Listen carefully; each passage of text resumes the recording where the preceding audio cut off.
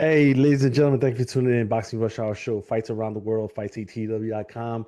My guest is the Wolf. He goes by the Wolf. Rob Perez, 3-0. He's fighting on Friday, April 10th at Dirty Boxing Championship number 6 against Michael Garcia. Rob, how you doing?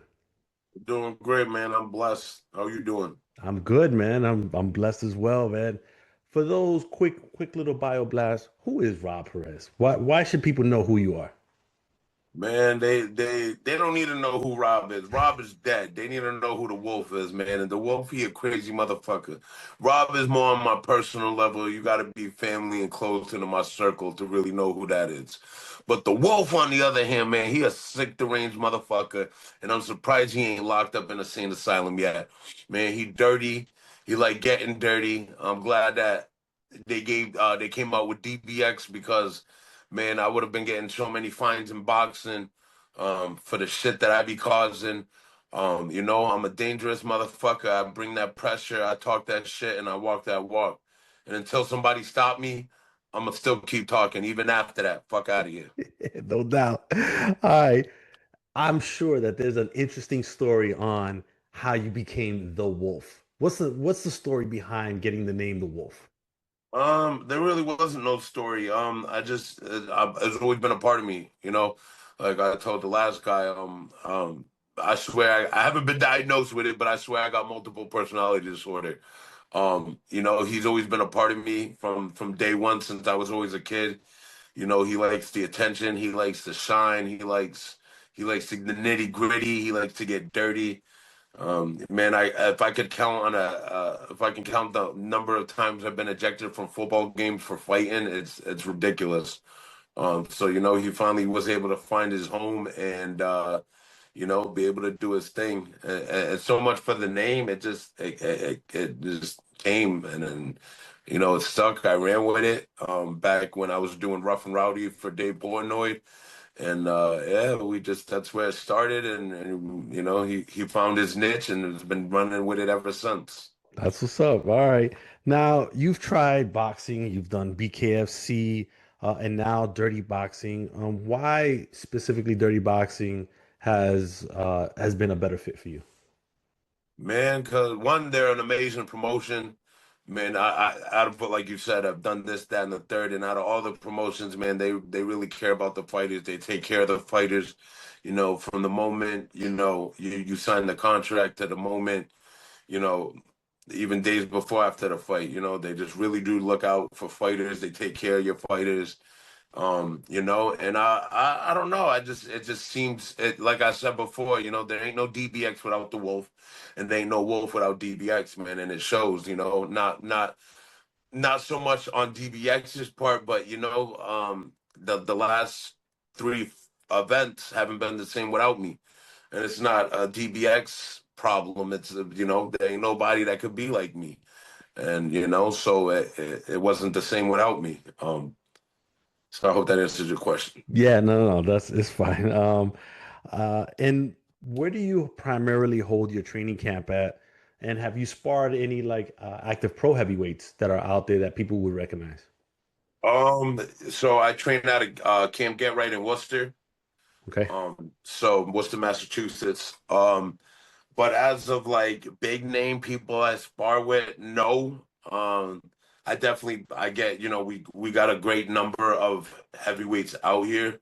Like my boy PJ, motherfucker is 6'6", 280. And then I got my other boy Thomas O'Toole.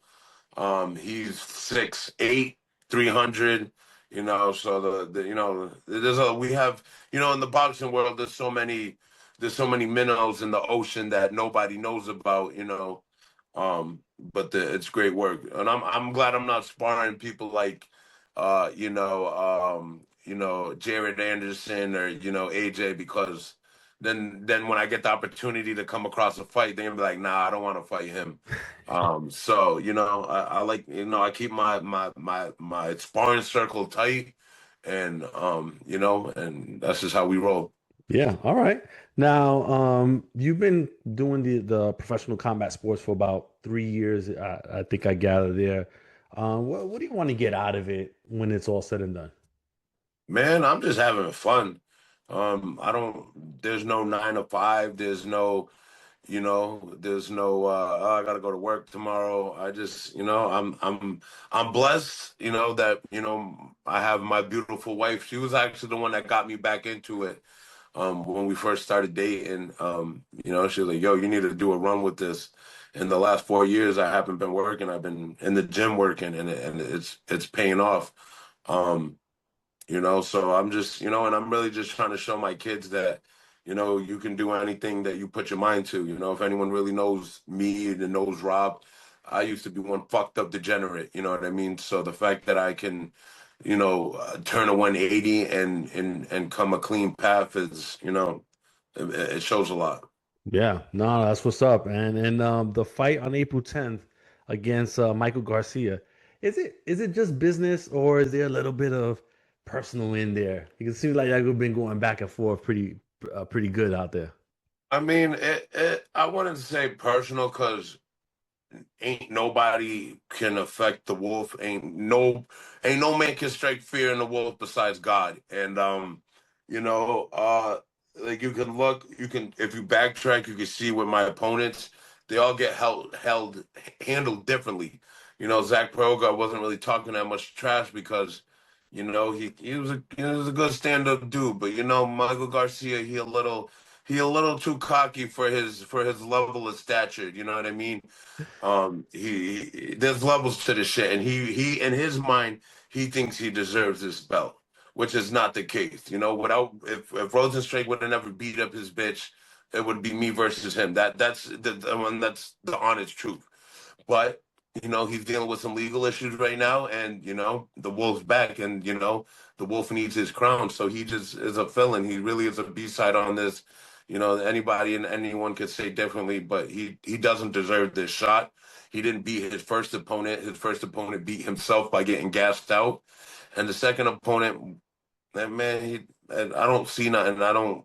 When I look at his fights, I get bored. I only can watch like maybe the first round, and I'm just like, all right, you know what? This is so unnecessary and unneeded.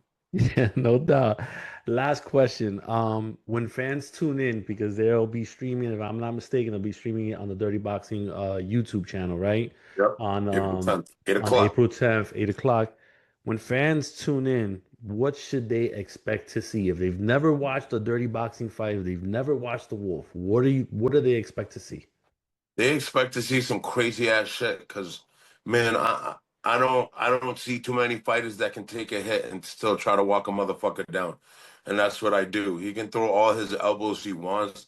It don't, and I've been split with a pole. I've been split with a bat in fights, and I still drop motherfuckers and not, So his elbows, and he's gonna see the wrath. He's gonna see the pain. He's gonna feel the hurt.